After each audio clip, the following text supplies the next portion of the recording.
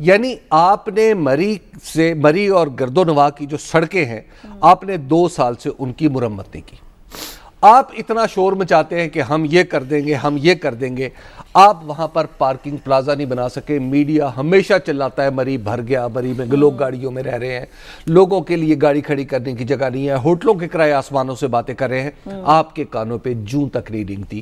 اس کی وجہ یہ ہے کہ یا اگر آپ تو عوام کے منتخب نمائندے ہیں, لیکن آپ کے نیچے نالائکوں کی ایک لمبی سرکاری بیوروکریسی میں فہرست ہے جو آپ تک درست انفارمیشن نہیں پہنچاتی. اب ہمارے وزیر اعلیٰ بھی اب ذرا دیکھ لیں. وزیر اعلیٰ صاحب تشریف لے گئے ہمارے. میں نے آپ کو کل عرض کیا تھا نا کہ وہ ہمارے ہاں لطیفہ بنا ہوا ہے کہ اگر 9/11 جیسا واقعہ پاکستان میں ہوتا تو کیا ہوتا؟ جواب آتا ہے ڈبل سواری پہ پابندی لگ جاتی. اب آپ ذرا تصور فرمائیں, ہمارا وزیر اعلیٰ ہیلی کاپٹر پہ اڑتا چلتا وہاں پہ پہنچا اور وہاں پہ جا کے کیا فیصلہ کیا ہو رہا ہے؟ مری کو ضلع بنا دیں گے. انا للہ و انا الیہ راجعون. مری کو, اور بھائی مری میں جگہ ہے, صوبہ بھی بنا دیں گے تو کیا فرق پڑے گا؟ مری میں جگہ ہے. سب سے پہلے گویا آپ اس کو ضلع بنا کے مری کے چھوٹے سے انفراسٹرکچر کو مزید برباد کر دیں گے, اس پہ مزید بوجھ ڈال دیں گے. دوسری بات یہ ہے کہ آپ نے جو پہلے ضلع بنایا, جو تونسا کو آپ نے پیرس بنا دیا تھا, وہ ہمارے سامنے نہیں ہے. بالکل. جو تونسا کو آپ ترقی دینا چاہ رہے تھے, بارتھی کو آپ پتہ نہیں لندن بنانا چاہ رہے تھے یا کیا بنانا چاہ رہے تھے, وہ بن گئے. یہ تو مری انگریزوں کی ڈیولپڈ جگہ ہے, آپ اس کو نہیں سنبھال پا رہے, اس کو اب چھوٹی سی جگہ کو آپ مینج نہیں کر پا رہے, آپ ضلع مینج کر لیں گے.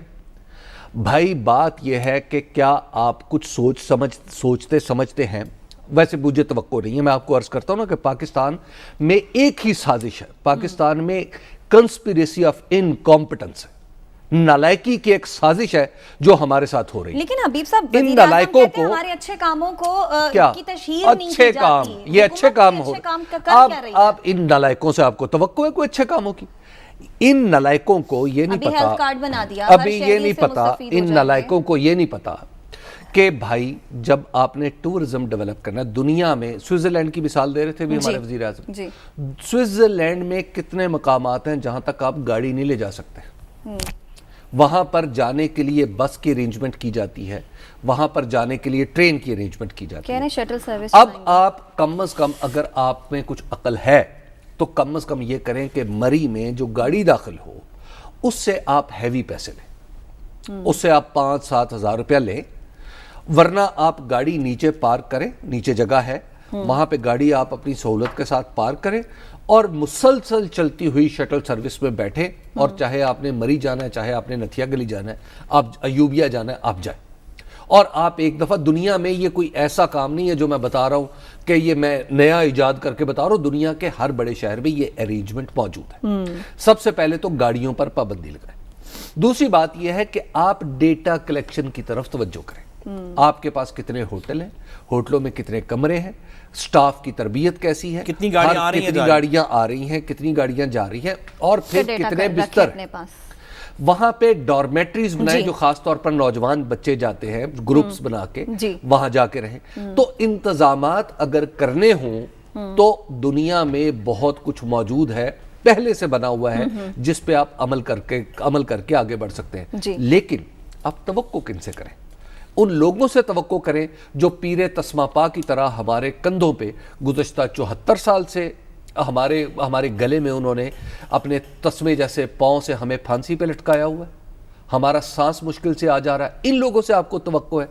آپ گویا آپ نے آج وزیر اعلیٰ یہ کہہ رہا ہے کہ میرا جو ڈپٹی کمشنر نلائک ہے, میں ایک اور نلائک ڈھونڈوں گا, اس کو وہاں پہ اس کو مری کا چارج بھی بنائے جائیں گے. بھائی مری میں جو تجاوزات ہیں ان کی طرف وزیر اعلیٰ صاحب ذرا توجہ کر لیں. مری میں جس بے ہنگم طریقے سے تعمیرات ہو رہی ہیں ان کی طرف توجہ کر لیں. مال روڈ کو کیا سے کیا بنا دیا. لیکن ہم یہ ماتم کیوں کر رہے ہیں؟ یا شاید ہمارا کام صرف ماتم کرنا ہے, امیدیں تو کوئی نظر نہیں آتی ان سے. صاحب حبیب اکرم تو نا امید نظر آتے ہیں. آپ کو لگتا ہے کہ اب حکومت جو اقدامات کرے گی, وزیر اعلیٰ کی زیر صدارت جو اہم اجلاس ہوا, اس میں جو اہم فیصلے کیے گئے ہیں, اس کے بعد اب ہم یہ سمجھیں کہ پاکستان میں کسی بھی سیاحتی مقام پر اب اس طرح کا کوئی افسوسناک واقعہ پیش نہیں آئے گا؟ دیکھیے سب سے پہلی بات یہ کہ پاکستان کے اندر بہت عرصے سے عمران خان صاحب اور دیگر لوگ سیاحت کی بات تو کر رہے ہیں، لیکن سیاحت کی بات کرتے کرتے انہوں نے سیاحت کی جو فائنل آؤٹ کم ہے اس کے اوپر تو کچھ امپروومنٹ کی، معلم جبہ کے اوپر کہ اسکی ریزورٹ بن جائے وہ، لیکن سیاحت کا جو ریکوائرڈ دیگر انفراسٹرکچر ہے کہ سڑکیں وہاں پہ کیسی پہنچیں گی، وہاں پہ ہسپتال کس طرح کے ہوں گے، وہاں پہ ہوٹلز کا کیا انتظام ہوگا، پارکنگ کا کیا انتظام ہوگا، ساری دنیا کے اندر برف کو پگھلانے کے لیے وہ نمک کے وہ ٹرک چلتے ہیں جو کہ اگر برف کے اوپر ڈال دی جائے نمک، امریکہ کے اندر انگلینڈ کے اندر تو برف 15 منٹ کے اندر پگھلتی رہتی ہے، وہ ٹرکس ریگولرلی چلتے ہیں تاکہ ایسے ممالک اور ایسے شہر جہاں پہ سال میں 10 مہینے برف رہتی ہے وہ کیسے اپنے آپ کو آپریٹ کرتے ہیں، انہوں نے میکنزمز ڈیولپ کیے ہیں۔ اچھا ہمارے ایسا بھی نہیں ہوتا ابھی؟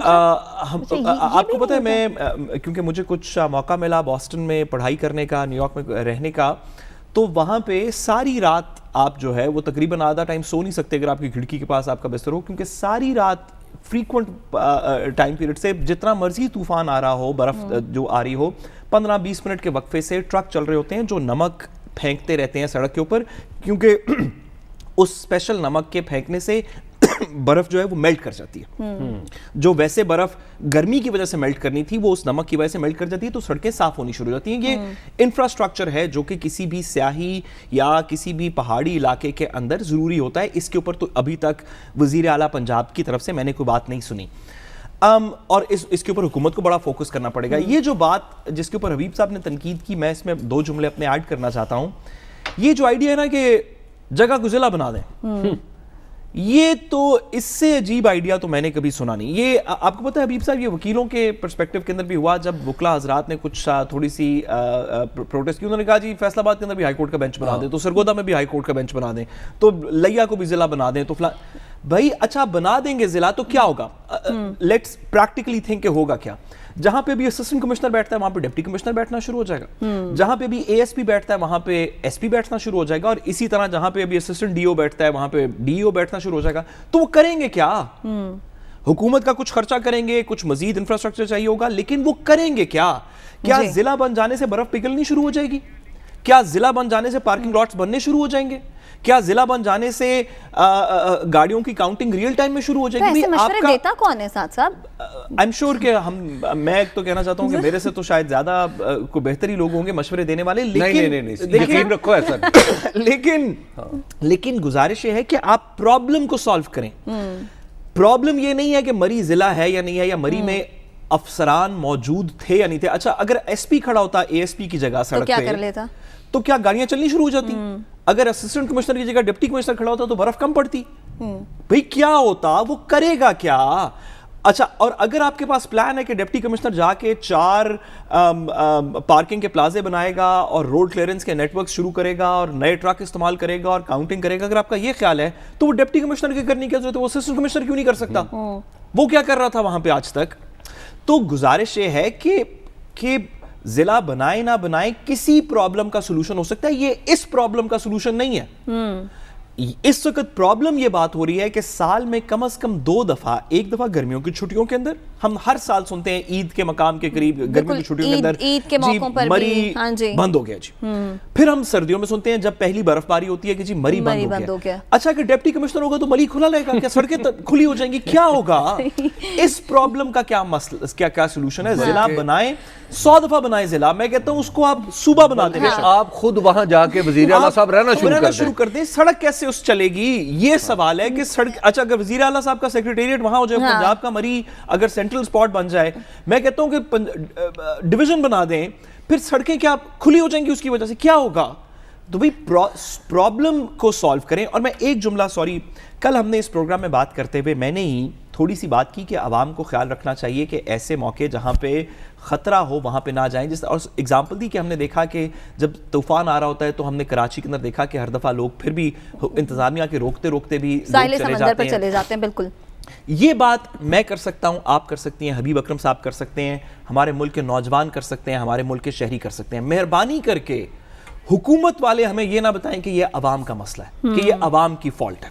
عوام اپنی یا لوگ اپنی یا میڈیا اپنی کچھ تنقید کرے گی اور ہم یہ بات کرتے رہیں گے، لیکن انٹیریئر منسٹر صاحب، چیف منسٹر صاحب آ کے یہ نہ بتائیں کہ یہ عوام کا مسئلہ تھا کہ وہ وارننگ کے باوجود جاتے رہے. بھی آپ کا کام ہے کہ اگر سارا پاکستان بھی کہیں چلا جائے تو اس کو کوئی فیسلٹیز تو یہ عوام پہ تنقید میڈیا آن اینڈ آف کرتا رہے گا. ہمیں عوام کے مختلف موقعوں کے اوپر ہم تنقید کرتے ہیں یا ایڈوائس دیتے ہیں, لیکن مہربانی کر کے ایسے حکمران جنہوں نے فیسلٹیز بیسک نہیں پرووائڈ کی وہ اپنی ذمہ داری عوام کے اوپر نہ رکھیں. بالکل, اور عوام نے خود پر آپ لوگوں کو مسلط بھی اسی لیے کیا ہے کہ آپ عوام کو کنٹرول میں رکھیں. اگر عوام نے خود ہی کنٹرول ہونا ہے تو پھر آپ لوگوں کے ادارے, پھر آپ لوگوں کا کیا کام ہے. اس کے ساتھ ہی ہم بریک کی جانب جا رہے ہیں, واپس آئیں گے مزید بات کریں گے, ہمارے ساتھ رہیے گا.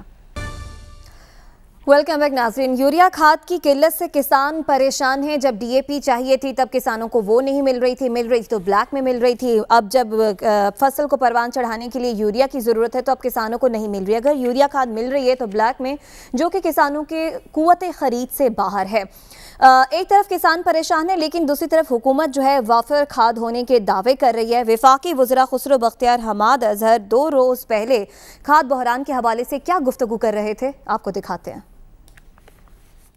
یوریا کی جو پروڈکشن ہے پاکستان کی تاریخ کی بلند ترین سطح پہ ہم نے 2021 کلوز کیا. فروری کے اندر لاکھوں ٹن یوریا پاکستان میں اضافی ہوئے گا اور سٹاک انوینٹری بلڈ اپ جو ہے وہ شروع ہو جائے گا. کچھ ٹرکس پکڑے بھی ہیں جو سمگل ہو رہے تھے. کسٹمز حکام نے مزید سختی بھی کر دی اور انشاءاللہ تعالیٰ اب یہ سمگلنگ والا رجحان بھی ختم ہوئے گا. فروری میں ہمارے پاس اضافی ہے اور مارچ میں اس سے بھی اضافی ہے. اور انشاءاللہ یہ سوچ کے تحت ملک کے اندر یوریا کا یہ جو مصنوعی بحران بنانے کی کوشش کی جا رہی ہے اس کے اوپر قابو پایا جا سکتا ہے. اب چونکہ حکومت کو پتہ چل گیا ہے کہ یوریا کا مصنوعی بحران بنانے کی کوشش کی جا رہی ہے, حکومت کہہ بھی رہی ہے کہ اس پر قابو پایا جائے گا, تو اب تک حکومت نے اس پر کیا کیا ہے؟ ہم آپ کو پچھلے چند ہفتوں سے صورتحال کے حوالے سے بتا رہے ہیں کہ کھاد کسانوں کو میسر ہے یا نہیں ہے اور کس قیمت پر. اب کیا یہاں پر ان زرعی علاقوں میں سندھ اور پنجاب کے کھاد مل رہی ہے کسانوں کو؟ اگر مل رہی ہے تو کس قیمت پر, یہ بتائیں گے لیا سے ہمارے نمائندہ محسن عدیل, جبکہ منڈی بہاؤدین سے ہمارے نمائندہ منظر سجاد, اور لاڑکانہ کی صورتحال سے ہمیں اپڈیٹ کریں گے طارق درانی. جی, دنیا ٹی وی نے مسلسل کھاد کے بحران کے حوالے سے آواز اٹھائی اور حکومت کی جانب سے اس کا جو توڑ نکالا گیا ہے وہ ضلعی انتظامیہ کے توسط سے ہر ضلع میں ڈیلر سے یہ کہا گیا ہے کہ ریٹ پر نہ جائیے, کھاد کی دستیابی یقینی بنائیے. اسی فارمولے کے تحت لوکل گورنمنٹ سے دیگر اضلاع کا جو کھاد کا کوٹا تھا وہ مہنگے داموں خریدا جا رہا ہے اور اس کو بلیک مارکیٹنگ کے ذریعے فروخت کیا جا رہا ہے. حکومتی نمائندے جو ہیں اس کو اپنا کریڈٹ قرار دے رہے ہیں. صوبائی وزراء کی جانب سے, وفاقی وزراء کی جانب سے جو بیانات دیے جا رہے ہیں وہ زمینی حقائق سے مطابقت نہیں رکھتے. حقیقت یہ ہے کہ صوبہ سندھ میں کھاد کی ضرورت کم پڑتی جا رہی ہے. جو سندھ کا کھاد کا کوٹا تھا وہ پنجاب میں سپلائی ہونا شروع ہو گیا ہے. اس کے علاوہ یہ کہا گیا کہ 400 ارب روپے کی کسانوں کو سبسڈی دی جا رہی ہے. یہ بہت مضحکہ خیز بات ہے کیونکہ 600 روپے فی بوری بلیک مارکیٹنگ کے ذریعے کھربوں روپے کسانوں کی جیبوں پر اضافی بوجھ ڈالا گیا ہے. ان کی جیبوں سے یہ پیسے نکالے جا رہے ہیں. وزیر اعظم پاکستان نے کہا اور فواد چودھری صاحب کی طرف سے بھی یہ بیان آیا کہ چائنا سے جو کھاد منگوائی جا رہی ہے وہ فروری کے مہینے میں جو ہے وہ دستیاب ہوگی. صورتحال یہ ہے, جب زرعی ماہرین سے ہم نے بات کی اور کھاد ڈیلر سے بات کی تو ان کا یہ کہنا تھا کہ کھاد جو ہے فروری کے مہینے میں 15 فروری کے بعد اس کی مانگ میں کمی واقع ہو جائے گی اور فروری کے مہینے کے بعد یہ کھاد جو ہے کسان کی ضرورت نہیں رہے گی. تب اگر دستیاب ہوگی بھی صحیح تو اس کو استعمال نہیں کیا جا سکے گا. لوگوں نے نہ صرف مہنگے داموں کھاد خریدی ہے بلکہ قلت کے باعث 2 پانی جو ہیں انہوں نے ویسے ہی بغیر کھاد کے لگائے ہیں, جس کی وجہ سے پیداوار کے شدید متاثر ہونے کا خدشہ ہے. جی بالکل, منڈی بہاؤدین میں جو کھاد کا بحران ہے وہ دوسرے شہروں کی طرح جو ہے وہ یہاں پر بھی بدستور جو ہے وہ برقرار ہے, لیکن اس کے باوجود جو ہے کھاد, جو یوریا کھاد ہے جس کی ہم بات کر رہے ہیں, وہ ابھی بھی کسانوں کی پہنچ سے دور ہے. گو انتظامیہ کی جانب سے یہاں پر کھاد فراہم کرنے کے لیے جو ہے اقدامات کیے گئے ہیں. جتنی بھی کھاد یہاں پر منڈی بہاؤدین میں پہنچ رہی ہے ڈسٹرکٹ کے اندر وہ محکمہ زراعت کی نگرانی میں اور اسسٹنٹ کمشنر صاحبان کی نگرانی میں دی جا رہی ہے. لیکن عام کسان جو ہے وہ ابھی بھی جو مارکیٹ کی کھاد ہے اس سے وہ بہت دور ہو چکا ہے.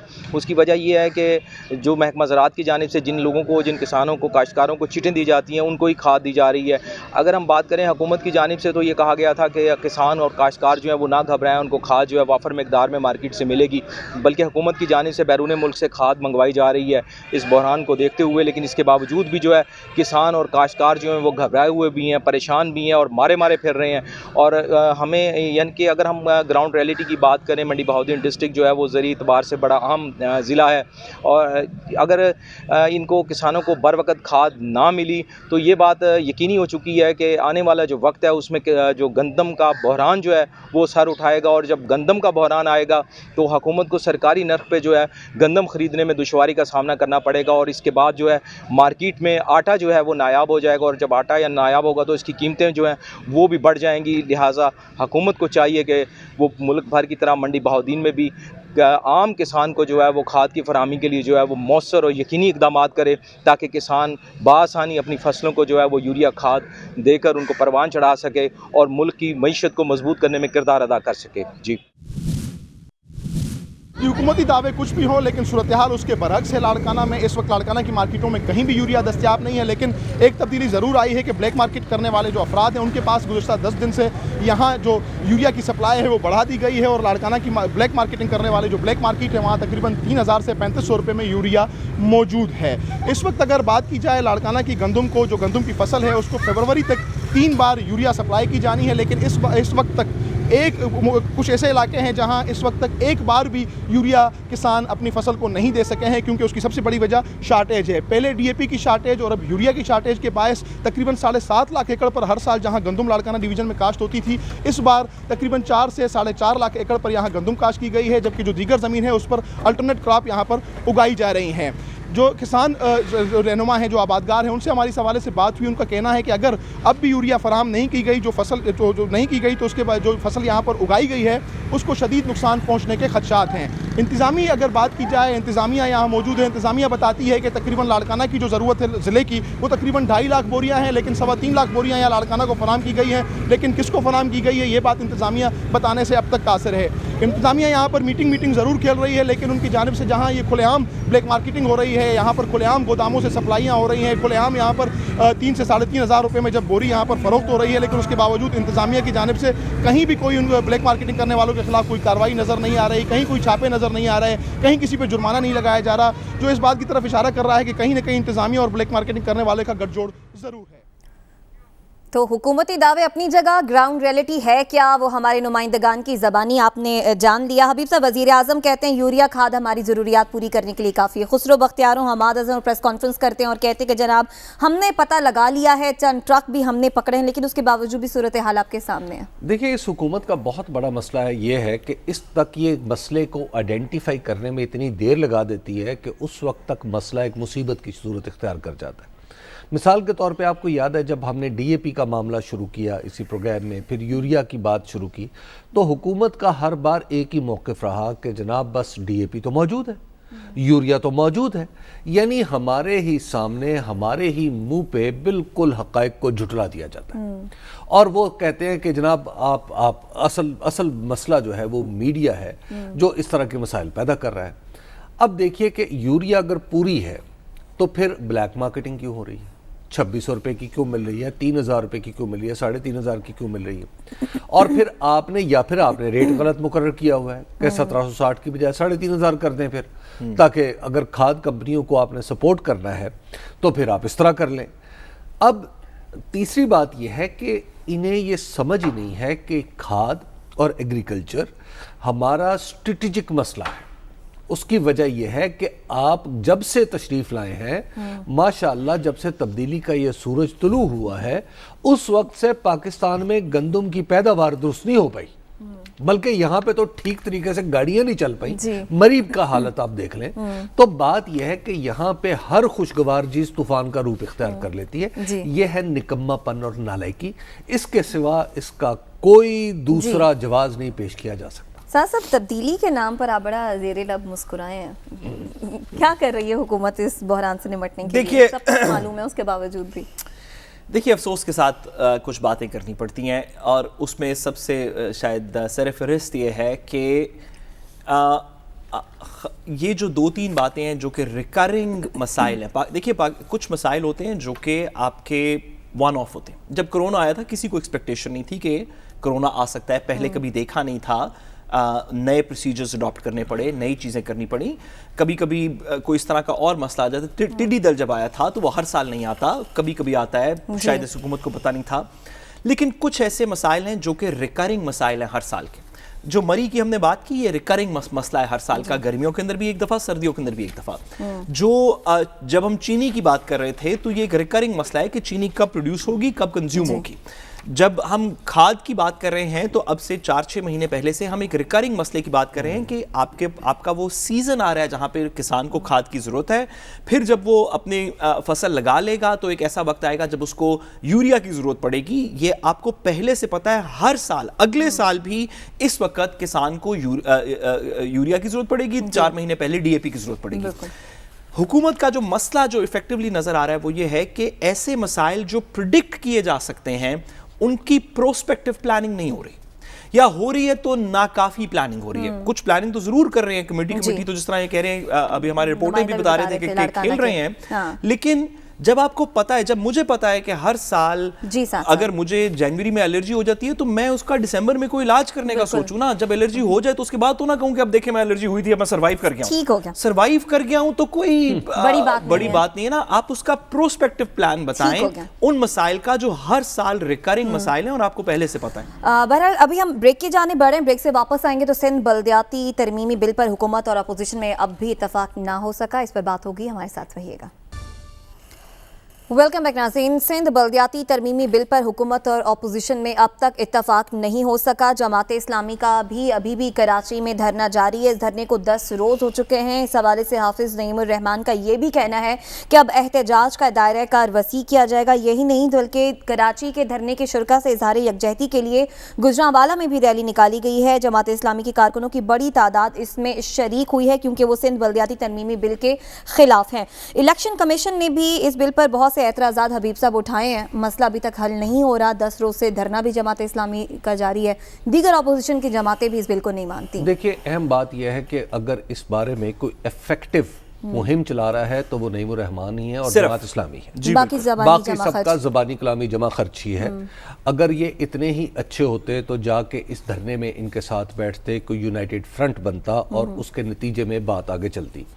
آپ دیکھ لیجئے کہ ایم کے ایم کے منہ میں بھی گھنگنیاں پڑی ہوئی ہیں اور پیپلز پارٹی تو خیر ہے ہی ایک فریق، اور اس کے بعد پی ایس پی نے بھی 1-2 دفعہ جو مصطفیٰ کمال صاحب نے کچھ شور وور مچایا اور اس کے بعد وہ بھی خاموش ہو کے بیٹھ گئے. پی ٹی آئی بھی کچھ نہیں کر رہی. تو اس کا مطلب یہ ہے کہ صرف جماعت اسلامی ہے جو کراچی میں ایک ایفیکٹو اور سندھ میں ایک ایفیکٹو بلدیاتی قانون کے لیے کوشش کر رہی ہے. تو لہذا یہ کریڈٹ تو جماعت اسلامی کو اور نعیم الرحمان کو جاتا ہے. دوسری بات یہ ہے، دیکھیے ہمارے ہاں پاکستان پیپلز پارٹی بلکہ ہمارے ہاں ساری سیاسی جماعتوں کا سوائے تحریک انصاف کے جو بلدیاتی قانون کے حوالے سے جو ان کا ٹریک ریکارڈ ہے وہ نہایت پست ہے بلکہ شرمناک ہے. خواہ وہ پاکستان پیپلز پارٹی ہو، خواہ وہ پی ایم ایل این ہو، خواہ وہ کوئی بھی دوسری سیاسی جماعت ہو، وہ نہیں چاہتے کہ اختیار عوام کے اصل نمائندوں تک جائے، کیونکہ عوام کے اصل نمائندوں تک جب اختیار جائے گا تو ان کی خاندانی اور وراثتی سیاست کو نقصان پہنچے گا. تو لہٰذا ایک تو بنیادی وجہ یہ ہے کہ چونکہ میں صرف اس ملک پہ چوری کا حق اپنے لیے محفوظ رکھنا چاہتا ہوں، میں کبھی بھی بلدیاتی نظام نہیں آنے دوں گا. تو ایک تو یہ بنیادی بات ہے. دوسری بات یہ ہے کہ کراچی کے ساتھ سندھ حکومت، میں آپ کو عرض کروں، میں نے زندگی میں بہت سارے لوگوں کو دیکھا ہے. مراد علی شاہ، بلاول بھٹو، میں ان 2 اشخاص اور پیپلز پارٹی کے بارے میں جنرلی میں یہ بات کہہ سکتا ہوں کہ ان 2 میں کوئی نسلی لسانی تعصب نہیں ہے.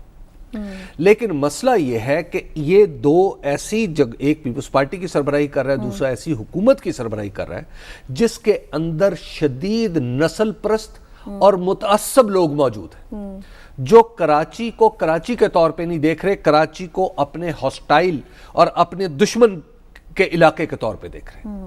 ایسے دیکھ رہے ہیں کہ جیسے انہوں نے کراچی کو فتح کر لیا ہے. تو لہٰذا اگر آپ پیپلز پارٹی سے یہ توقع نہیں کی جا سکتی کہ اس زمانے میں جب دنیا میں ڈیولوشن ہو رہی ہے اور پیپلز پارٹی اس بات پہ اٹکی رہے, اور مراد علی شاہ صاحب کو اس پہ کردار ادا کرنا چاہیے, بلاول کو کردار ادا کرنا چاہیے کہ ہم اختیار کو نیچے دیں, ان کے اصل نمائندوں تک جانے دیں. اچھا بھی ایم کیو ایم کا میئر آ جائے گا تو کیا طوفان آ جائے گا, یا کسی دوسری جماعت کا آ جائے گا تو کیا طوفان آ جائے گا. یہ کے پی میں اس کا مطلب یہ ہے, میں آپ کو اسی پروگرام میں عرض کرتا رہا ہوں کہ میں نہیں سمجھتا کہ پاکستان تحریک انصاف کے ڈیموکریٹک کریڈینشلز کچھ دوسری جماعتوں سے زیادہ اچھے ہیں, لیکن آج کا تجربہ بتا رہا ہے کہ صورتحال تو مختلف ہے. بھائی کے پی میں پاکستان تحریک انصاف سو کالڈ ہاری نا بھائی, 16 اور 21 کو مقابلہ تو نہیں ہے بھائی, سیدھے سیدھے ہارے, لیکن وہ ایکسیپٹ کر رہے ہیں اور ایک طاقتور بلدیاتی نظام کو سپورٹ کر رہے ہیں. اور میری معلومات جو اب تک مجھے ہیں وہ یہ ہے کہ وہ پنجاب میں بھی بھائی ٹھیک ہے, جس کی بھی بلدیات بنائیں, وہ چاہے پی ایم ایل این کے بنے, پیپلز پارٹی کے بنے, سسٹم بنائیں. تو اس لیے میرا خیال یہ ہے کہ انہیں جو ہمارے مراد علی شاہ ہیں اور ہمارے بلاول بھٹو زرداری صاحب ہیں اور خود زرداری صاحب ہیں, ان کو دل بڑا کرنا ہوگا. کراچی کو مفتوحہ علاقہ نہ سمجھیں, کراچی کو کراچی سمجھیں, ایک بڑے شہر کی طرح اسے چلائیں. سعد صاحب, اپوزیشن جماعتوں کی طرف سے جو اعتراضات اٹھائے جا رہے ہیں کیا وہ بھی ٹھیک ہیں؟ اب تو الیکشن کمیشن نے جو اعتراض اٹھائے ہیں وہ کہہ رہے ہیں کہ سندھ حکومت نے نوٹیفیکیشن میں بھی غلطیاں کی ہیں, پھر مختلف اعتراض جو ان کی جانب سے اٹھائے گئے ہیں وہ کس حد تک درست ہیں, اور کیا پیپلز پارٹی ان جماعتوں کو, اپوزیشن کو اعتماد میں لے کر ان کے اعتراضات دور کرنے کی اب تک کوئی کوشش کر رہی ہے؟ دیکھیے یہ جو باتیں ہیں نا کہ ٹیکنیکل نوٹیفیکیشنز کے اندر مسائل ہیں, وہ کسی اور نے نوٹیفائی کرنا تھا, وہ اس بندے نے کر دیا, وہ اس ڈیٹ میں کرنا تھا, اس ڈیٹ میں کر دیا, اس نوٹیفیکیشن کے فارمیٹ میں کرنا تھا, اس میں کر دیا, یہ تو ایک بڑی مصنوعی سی بات ہے. ہمارے بلدیاتی نظام کا یہ مسئلہ نہیں ہے کہ نوٹیفیکیشن کیسے پاس ہوئی یا اس نوٹیفیکیشن میں 4 الفاظ کی جگہ 8 الفاظ لکھے جانے تھے. ہمارے بلدیاتی اور جمہوری نظام کا یہ مسئلہ نہیں ہے. اس طرح کی غلطیاں ٹھیک ہونی چاہیے لیکن یہ ہمارا مسئلہ نہیں ہے. جو دیگر پولیٹیکل پارٹیز کے حبیب صاحب نے بات کی جماعت اسلامی کے علاوہ, یہ بات بھی درست ہے کہ بھئی آپ کو نظر آ رہا ہے نا کہ جماعت اسلامی ایک بڑا مؤثر اور ایک بڑا کنسسٹنٹ اپنا پروسیس کر رہے ہیں. آپ ان کے ساتھ چلیں, آپ علیحدہ نہیں کر سکتے کہ ان کے ساتھ جا کے شامل ہو جائیں, کو اپنے 4 بندے وہاں بھیج دیں, کو دن میں ایک دفعہ چکر لگا لیں وہاں پہ. پی ٹی آئی وغیرہ اگر اپنا نہیں بھی کر سکتی تو کسی کو تو سپورٹ کرے. یہ زبانی کلامی, پریس کے اوپر بات کرنا, پریس کانفرنس کر دینا, پارلیمان میں ایک چھوٹی سی تقریر کر دینا, یہ تو صرف پولیٹیکل پوائنٹ سکورنگ ہے نا. ایکچوئل آن گراؤنڈ آپ کیا کر رہے ہیں تبدیلی کے لیے؟ دیکھیے بات بڑی سمپل ہے, اور وہ بہت سے لوگ اس بارے میں پوچھتے ہیں کہ جی بلدیاتی نظام پہ اتنا فوکس کیوں ہو رہا ہے, کیا بات ہے, کیا اس کا ایشو ہے؟ دیکھیے جن لوگوں کو عوام الیکٹ کرتی ہے جنرل الیکشنز میں, اگر ہم سندھ کی اگزامپل لے لیں تو سندھ کی پروونشل اسمبلی کے لیے کچھ لوگوں کو الیکٹ کیا جاتا ہے, سندھ سے نیشنل اسمبلی کے لیے بھی کچھ لوگوں کو الیکٹ کیا جاتا ہے. قانونی طور پہ ان لوگوں کو جو سندھ سے یا پنجاب سے یا دیگر جگہوں سے پروونشل اور نیشنل اسمبلی میں آئے, ان کے پاس ایڈمنسٹریٹو اختیار کوئی بھی نہیں ہوتا. وزیر اعلیٰ کے علاوہ ایڈمنسٹریٹو اختیار سندھ کے ممبرز پروونشل اسمبلی, ممبر نیشنل اسمبلیز کے پاس نہیں ہے. وہ ڈی پی او شی پی او اپوائنٹ نہیں کر سکتے, وہ کھاد برآمد نہیں کر سکتے, چینی بیچ نہیں سکتے, کوئی اس طرح کا کام نہیں کر سکتے. ان کا کام ہے لیجسلیشن کرنا, یعنی قانون سازی کرنا سندھ کی اسمبلی میں بھی اور نیشنل اسمبلی میں بھی. ایسی سچویشن میں ایڈمنسٹریشن کون کر رہا ہوتا ہے؟ وہ ان الیکٹڈ جو پولیس اور ڈی ایم جی اور دیگر اس طرح کے جو سرکاری محکمے ہیں جو کہ عوام سے الیکٹڈ نہیں ہوتے, حکومت سے اپوائنٹڈ ہوتے ہیں, وہ لوگوں کے گلی محلوں کے مسائل ٹھیک کر رہے ہوتے ہیں, چیزیں کر رہے ہوتے ہیں, اور وہ عوام کو رپورٹ نہیں کرتے, وہ چیف منسٹر کو یا گورنمنٹ کو رپورٹ کرتے ہیں. جب بلدیاتی نظام آتا ہے تو لوگ اپنا نمائندہ خود اپوائنٹ کرتے ہیں جو گلی محلے کے کام کروائے گا, کہیں ٹرانسفارمر لگائے گا, کہیں گیس کی لائن بچھوائے گا, کہیں پہ اسکول قائم کرے گا, کہیں پہ ہسپتال میں ڈسپینسری میں دوائیاں پہنچائے گا. یہ بات اگر لوکل نمائندوں کے پاس آ جائے تو پھر وہ جو ٹھیکیداری رکھی ہوئی ہے ایم پی اے نے کہ میرے مرضی کا تھانے دار لگے گا اور میرے مرضی کی بندے کے اوپر پرچہ ہوگا, وہ ختم ہو جائے گا. یہ بیسک مسئلہ ہے بلدیاتی نظام کا. میں نے اس پہ تھوڑی سی بات اس لیے کی کیونکہ بہت سے لوگ سوشل میڈیا پہ ادھر ادھر پوچھتے ہیں کہ مسئلہ کیا ہے.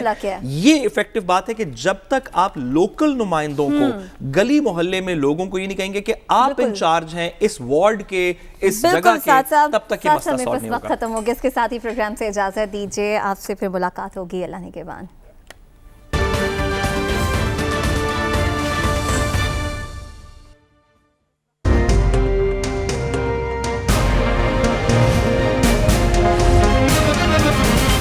دنیا خبر کی دنیا